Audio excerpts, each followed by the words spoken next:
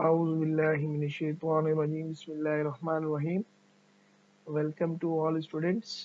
मैं आप तमाम स्टूडेंट्स को चैनल बी लर्नर में वेलकम करता हूं और उम्मीद करता हूं स्टूडेंट्स के आप खैरियत से होंगे।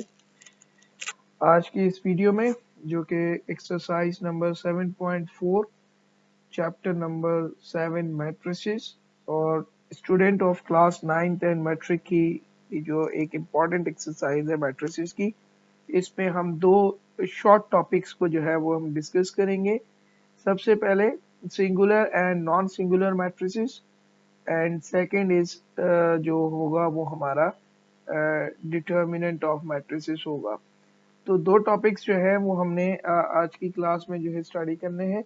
और वीडियो पे जाने से पहले आपसे वही रिक्वेस्ट कि आप इस वीडियो को कंप्लीट देखें और जो भी क्वेश्चन आपको इसमें समझाया जाए उसकी प्रैक्टिस करें और वीडियो की लिंक को ज़्यादा से ज़्यादा अपने क्लास फेलोज से शेयर करें ताकि इस वीडियो से ज़्यादा स्टूडेंट्स जो है वो फ़ायदा हासिल कर सकें।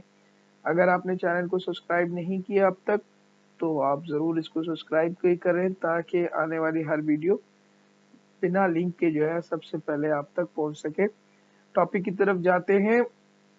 टॉपिक कुछ इस तरह है कि डिटर्मिनेंट ऑफ मैट्रिक्स किसे कहा जाता है। तो सबसे पहले तो मैंने इसकी डेफिनेशन कोड कर दी है ताकि आपको याद हो जाए।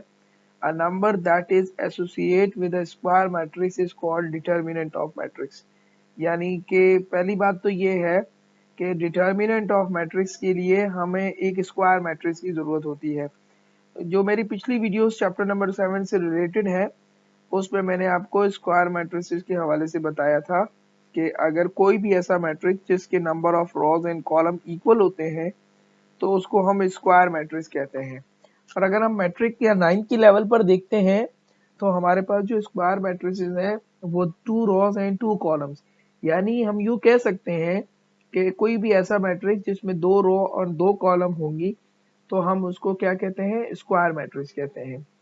अब यहाँ पर एक चीज जो बहुत इंपॉर्टेंट है जो कि स्क्रीन पे आपको क्वेश्चन में नजर आ रहा है कि एक मैट्रिक्स ए है जिसके पास ए 1 2 3 4 ये सिंपल एलिमेंट्स लिखे हुए हैं। फिर इसी के नीचे आप देखें कि मैंने इस मैट्रिक्स को सॉल्यूशन के बाद अगेन कॉपी किया है और आपसे साथ में क्रॉस का निशान भी नजर आ रहा है। ये क्रॉस का मतलब ये है कि अगर हम इसे जब सॉल्यूशन के बाद कॉपी करेंगे तो हम इसे इस फॉर्म में कॉपी नहीं करेंगे जिसको हमें मैट्रिसेस दिया हुआ है, बल्कि हम जो है वो क्या करेंगे, इसके साथ बार्स लगा देंगे जिसे हम मॉड्यूलस कहते हैं। ठीक है, मैं दोबारा रिपीट करता हूँ कि हम जब मैट्रिसेस को सॉल्यूशन करेंगे, सॉल्यूशन के लिए जब हम डिटर्मिनेंट फाइंड करेंगे तो डिटर्मिनेंट के लिए हम सबसे पहले क्या करेंगे, जो भी वैल्यू हमें गिवन होगी उसको हम क्या लिखेंगे, मैट्रिसेस के सिंबल में नहीं लिखेंगे बल्कि हम इसे बार्स की फॉर्म में लिखेंगे। ये जो स्ट्रेट लाइंस है इसको हम मॉड्यूलस भी कहते हैं। इसके अलावा मैंने आपको ये भी बताया था स्टूडेंट्स कि मैट्रिसेस जो होते हैं यानी स्क्वायर मैट्रिक्स जो होता है उसमें दो तरह के एलिमेंट्स होते हैं, यानी डायगोनल एलिमेंट्स और नॉन डायगोनल एलिमेंट्स।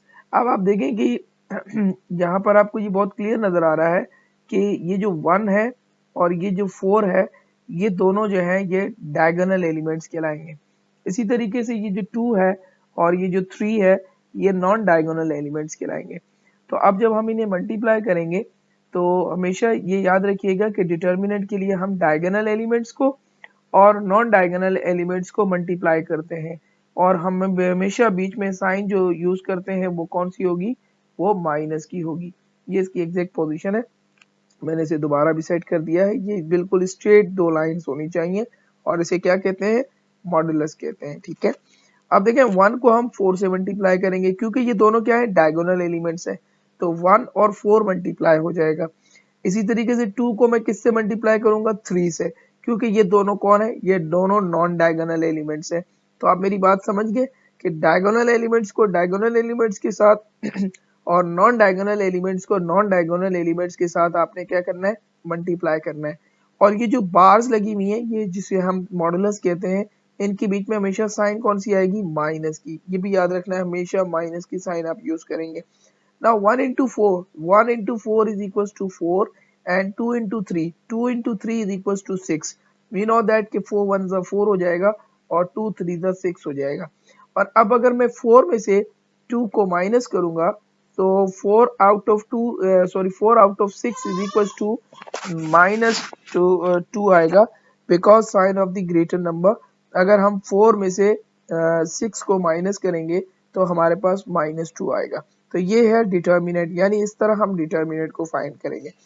लेकिन अगर हम जो दूसरा टॉपिक जो मैंने वीडियो के शुरू में बताया कि हम ये भी देखेंगे कि मैट्रिसेस सिंगुलर है या नॉन सिंगुलर है, तो singular and non singular matrices के लिए ये एमसीक्यू भी आता है बोर्ड में, तो लिहाजा इसको आपने बहुत गौर से सुनना होगा। देखिए students, if the determinant of the matrix is 0, अगर मैट्रिसेस का डिटर्मिनेंट 0 होगा then the matrix is called singular matrix, तो हम उसे कहेंगे कि वो सिंगुलर मैट्रिक्स है। अदरवाइज अगर नहीं होगा तो क्या कहलाएगा? नॉन सिंगुलर मैट्रिक्स कहलाएगा। बहुत सिंपली मैंने इसको डिफाइन कर दिया है, जिससे आप बहुत इजीली, मैं समझता हूं कि आप अंडरस्टैंड कर सकते हैं। अगर कभी भी singular and non singular matrices का डिस्कशन होगा तो आप क्या कहेंगे? आप कहेंगे कि if the determinant of the matrix is 0, अगर किसी मैट्रिसेस का डिटर्मिनेंट जो है वो 0 आ जाता है then the matrix is singular, तो उसका मतलब है वो मैट्रिक्स सिंगुलर है। और अदरवाइज अगर नहीं आता तो कौन है? नॉन सिंगुलर है। अब आप देखें, ये जो मैंने अभी आपसे क्वेश्चन शेयर किया है, इसमें हमने डिटर्मिनेंट फाइंड किया। ये जो प्रोसेस था इसको क्या कहते हैं हम? डिटर्मिनेंट ऑफ मैट्रिक्स, जो कि क्वेश्चन के ऊपर हेडिंग भी लगी हुई है। अब इस डिटर्मिनेंट ऑफ मैट्रिक्स में आपने देखा कि ये जो डिटर्मिनेंट ऑफ ए है ये 0 नहीं आया, तो ये -2 आया। तो आप बताइए कि स्टूडेंट ये कौन सा मैट्रिक्स हुआ? कि अगर मैं आपसे कहूं कि ये क्या सिंगुलर है या नॉन सिंगुलर है, तो आप क्या आंसर करेंगे? यकीनन मैं कह सकता हूं कि आप सब लोग यही आंसर करेंगे कि ये नॉन सिंगुलर मैट्रिक्स है। क्यों? क्योंकि इसका डिटर्मिनेंट 0 नहीं आया। तो फिर वही बात आ गई कि सिंगुलर और नॉन सिंगुलर मैट्रिसेस को आइडेंटिफाई करने के लिए हमें पहले क्या करना होता है? हमें पहले डिटर्मिनेंट निकालना होगा। अगर मैट्रिसेस का डिटर्मिनेंट जो है वो 0 आएगा तो इट्स मीन दैट कि वो सिंगुलर मैट्रिक्स है, और अगर उसका डिटर्मिनेंट 0 नहीं आएगा तो फिर हम कहेंगे कि वो एक नॉन सिंगुलर मैट्रिक्स है। यहाँ पर एक क्वेश्चन आपके साथ जो मैं शेयर करना चाह रहा हूँ वो कुछ इस तरीके से है। ये देखें, एक मैट्रिक्स आपको गिवन है और ये एक मैट्रिक्स ए है, दैट्स एलिमेंट इज 5, 4, 2 एंड 3। और अगर मैं आपसे कहूं कि इसके डायगोनल एलिमेंट्स क्या हैं, तो आप कहेंगे 5 एंड 3। ये 5 एंड 3 इसके कौन से एलिमेंट है स्टूडेंट? डायगोनल एलिमेंट्स है। और ये 4 एंड 2 जो है ये कौन से एलिमेंट है? ये नॉन डायगोनल एलिमेंट्स है। अब अगर हम किसी भी मैट्रिसेस का सिंगुलर और नॉन सिंगुलर चेक करना चाहते हैं तो सबसे पहले हमें क्या निकालना होगा? डिटर्मिनेंट। डिटर्मिनेंट निकालने का तरीकाकार क्या है? आप पहले मॉड्यूलस फॉर्म में लिखेंगे। ये जो मैंने लिखा है ये बिल्कुल राइट तरीकाकार है, इसको आपने सीख लेना है।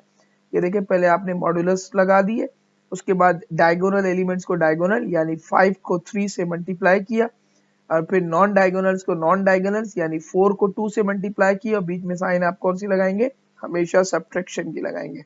Now 5 into 3, we know that 5 into 3 is equals to 15, and then 4 into 2 is equals to 8। Now 15 में से अगर मैं 8 को माइनस करूंगा तो वी गेट 7, यहाँ पर 7 आया। चूंकि इसका डिटर्मिनेंट भी जो है वो 0 नहीं आया है, तो we can say that the determinant of a matrix is not equal to 0, so due to this reason it is a non singular matrix. तो हम कहेंगे ये कौन सा मैट्रिक्स है? नॉन सिंगुलर है। अगर यहाँ पर इसका डिटर्मिनेंट 0 आ जाता तो वी कैन से दैट कि इट अ सिंगुलर मैट्रिक्स। सो आज की वीडियो में फिलहाल इस पोर्शन में मैं इतना ही सॉल्व कर रहा हूँ। अगली वीडियो में इंशाल्लाह फिर इनवर्स के साथ आपकी खिदमत में हाजिर होंगे।